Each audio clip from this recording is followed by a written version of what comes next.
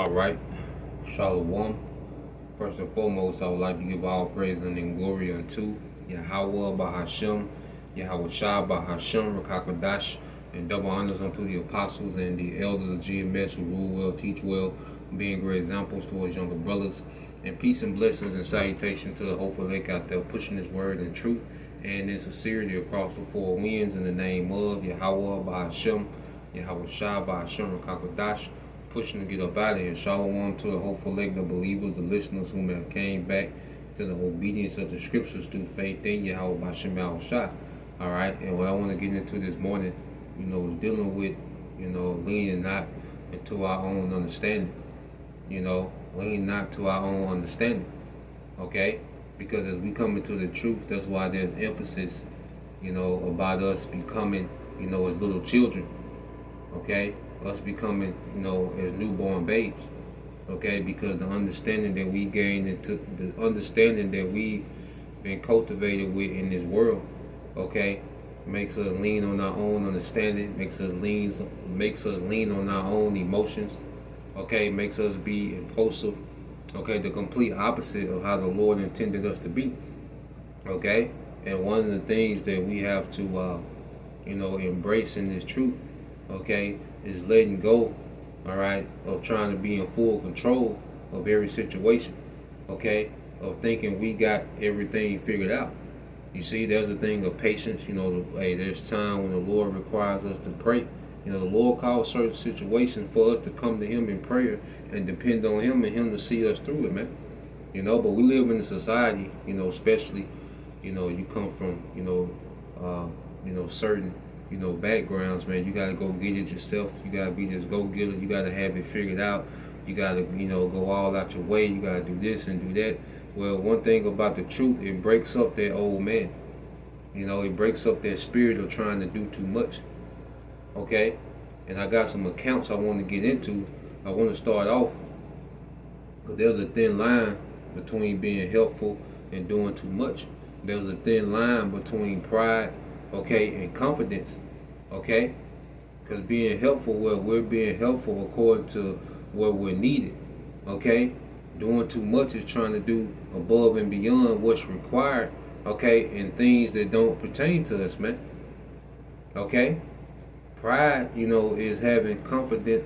Pride is being confident in our own ability, and looking at every achievement as if it's something that we achieve. Okay, confidence, when you go into the scriptures, well, true confidence is having confidence that the Lord can help us overcome. The Lord can get us through anything. You look back at the achievements that we have, well, it's the Lord that made those achievements possible, man. Okay, when you go into the confidence of the scriptures, man, so it's a thin line, and speaking to myself first and foremost, man, and that line can get blurred with emotions. Okay, because when you go to Proverbs 3 and 5, it says, trust in the Lord with all thine heart, and lean not unto thy own understanding. You see, so we really got to trust in the Lord with all our heart, and the Lord is putting us through situations now to where we have to trust. We have to be patient. We have to come in here to prayer. We have to fast, man. So the Lord keeps putting us in these situations, man, so we can, stop thinking we got it and trust in His process and trust in His way. Okay? We can't come into this thing with the ways of the world, all right, and try to make that work in the truth, man. There's a lot of things that work for us in the world that don't work in the truth, man. There's a lot of behavior that was okay in the world that's not okay in the truth, man. It's a mindset that was okay in the world is not okay in the truth, man. And the Spirit addresses these things, and we have to make the adjustments, man. The truth is about continually making the adjustments in the Spirit, man. Continually, man. Okay? To be what the Lord intended us to be. All right? Because the Lord has a finished product in mind when it comes to the believers, man. Beginning with the men, the first fruits. Okay? The believers, the church. The Lord has a finished product in mind, man. That's why we have to continue to make those adjustments to become that finished product, and it's not based on our own understanding, man. Because like I say, emotions can justify almost any action. Any action that can be taken, well, emotion can justify that. You see? But when we're moving in the spirit of obedience according to the scriptures, you got to take emotions out the equation, man, and just deal with obedience. Now, let's go here. When you go to the book of 2 Samuel, okay, chapter 6. 2 Samuel chapter 6 and verse 1. Now this is when King David got King David got the Ark of the Covenant back from the Philistines. Now when you read it, 2 Samuel 6, okay, and 1, it said, then David again gathered all the elite troops in Israel, 30,000, all right, in all. He led them to Baalah of Judah to bring back the Ark of the Most High, which bears the name of the Lord of Heaven's armies, who is enthroned between the cherubim. They placed the Ark of the Most High on a new cart and brought it from Anadab's house, which was on a hill. It says Uzzah and Ahiah, Abinadab's sons, all right, were guiding the cart. They carried the Ark of the Most High. Ahio walked in front of the ark. David and all the people of Israel were celebrating before the Lord, singing songs and playing all kinds of musical instruments, lyres, harps, tambourines, cabinets, and cymbals. But when they arrived at the threshing floor of Nakun, the oxen stumbled, and Uzzah reached out his hand and steadied the ark of the Most High. So the ox stumbled that was carrying the ark, okay, and the ark began to rock. All right, so you had this Uzzah, okay, or Uzzah, okay. So you had Uzzah reached out, okay, and he touched the ark. You see? Now why? You see, was he let's see, Salaki. Okay, so as the ox is carrying the ark, the ox stumbled and the ark is starting to rock, and Uzzah reached out and touched the ark. Now let's read the rest. It said, then the Lord's anger was aroused against Uzzah, and the Most High struck him dead because of this. So Uzzah died right there beside the ark of the Most High. Okay, so now you will look at that instance, and just looking on the surface level, it was like, man, why did that happen? Why did you think like that? The Most High was, 'cause I remember reading this in the Word, and I didn't get it. I was like, man, he just touched the ark, like what, but he disobeyed. That was the thing. It was the thing of disobedience. It wasn't his place to try to handle it. You see, he was out of order. You see, it ain't about the harmless intent he had to make sure the ark didn't fall. It was about him directly disobeying YAHAWASHI. He put his own he leaned on his own understanding. Okay, his mind rationalized that, look, I need to steady the ark. Okay, but he was out of pocket, and he was punished for that, for disobedience. Because when you go into it, only the Levites, okay, were commanded to deal with the ark, and even all the Levi, okay, it was only certain priests that can touch the ark. Okay, now it said Numbers 14, and this is the book of Numbers chapter 4. Let's get this in the law. This is Numbers 4. Okay, which the Lord is giving the instructions of how to, pack up the tabernacle in the wilderness, and move the holy things and certain utensils, and certain priests had certain duties. These priests would, take down this part, they would take this curtain, they would handle these utensils, they would handle this and that. Everybody had their assignment. Okay, it was order, you see, and this was only for the Levites. Okay, so Uzzah, which wasn't a Levite, he reached out and touched the ark, okay, which he wasn't supposed to do. And then, like I said, going back to his own understanding, which we read it, it says Numbers 4 and 15, it said the camp will be ready to move, and this is in the NLT. It says the camp will be ready to move when Aaron and his sons have finished covering the sanctuary and the sacred articles.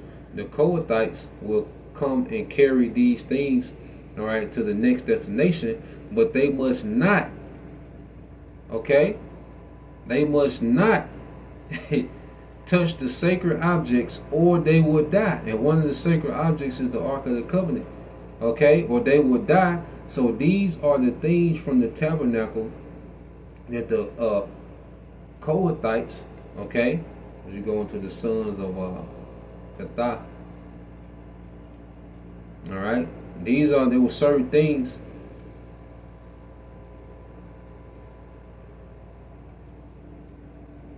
okay, that certain Levites, could carry, and there were certain things that they couldn't. Okay, and Uzzah, he was one of the ones, all right, that wasn't supposed to touch the ark, but in his mind, he had, all right, justified him touching the ark. Okay, his best bet would have been to be obedient, because if the ark would have failed, then that's just what it would have been.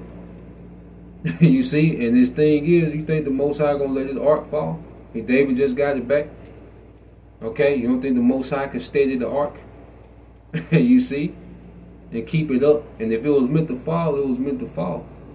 Okay, and he would have been blameless. But when he reached out and touched the ark, he did what he wanted to do. Okay, he rationalized his action by emotions. You see, he rationalized his actions by emotion, which he bypassed obedience, man. Okay, and that's why in the truth, man, we can't rationalize our decision making based on emotions. Okay, what we thought was right. There's certain things that we can be sincerely wrong, and that's when we have to recognize it, and make the adjustment. We can't lean on that, because the thing is, it's not about never being wrong. We're gonna be wrong. Okay, we're gonna be sincerely wrong, have the best intentions in mind, but it was off according to the spirit, according to order, and how it's supposed to have been done. Okay, and when these things come about, we really got to, going back to a child is able to take that correction. Okay, becoming a child in this thing, man, becoming a child before we become rulers. A child is able to take accountability, okay, and then okay, make the adjustments. You see, but going back to Uzzah, all right, he had rationalized his decision making. He had justified his decision making with his emotions. Okay, he had granted himself permission to do something that the Lord didn't tell him to do. The Lord didn't give him permission to do, man. All right, now let's go here. You got another account. Okay, when you go to the book of First Maccabees, chapter 6, and verse 42. It says, then Judas and his host drew near and entered into battle, and there was slain of the king's army 600 men. So Judas, they was winning the battle. The Lord was with him. Judas Maccabees, the Maccabean revolt, and Judas was winning this battle. All right, now you have one of the men of Judas. Okay, Eleazar, also surnamed Savaron, perceiving that one of the beasts armed with royal harness was higher than all the rest, and supposing that the king was upon him. Okay, so now he's rationalizing his own mind. He's finna get ready to lean on his own understanding. He wasn't giving orders to do what he's getting ready to do. This is him, okay, and his emotions, and also with his vain ambition. Okay, because this what he's doing is rooted in vain ambition. Okay, because when you go into it, he said, put himself in jeopardy. And see, when we disobey, we put ourselves in jeopardy, man. We put ourselves in harm's way, man.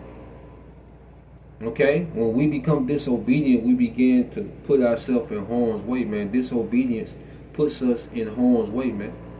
You see? So when you go into it, it said, put himself in jeopardy to the end he might deliver his people and get him a perpetual name. See, he was like, I'm going to deliver my people. But then he had another motive, is he wanted to get him a perpetual name. See, he wanted the glory. When you really read into it, he wanted the glory that Judas had, man.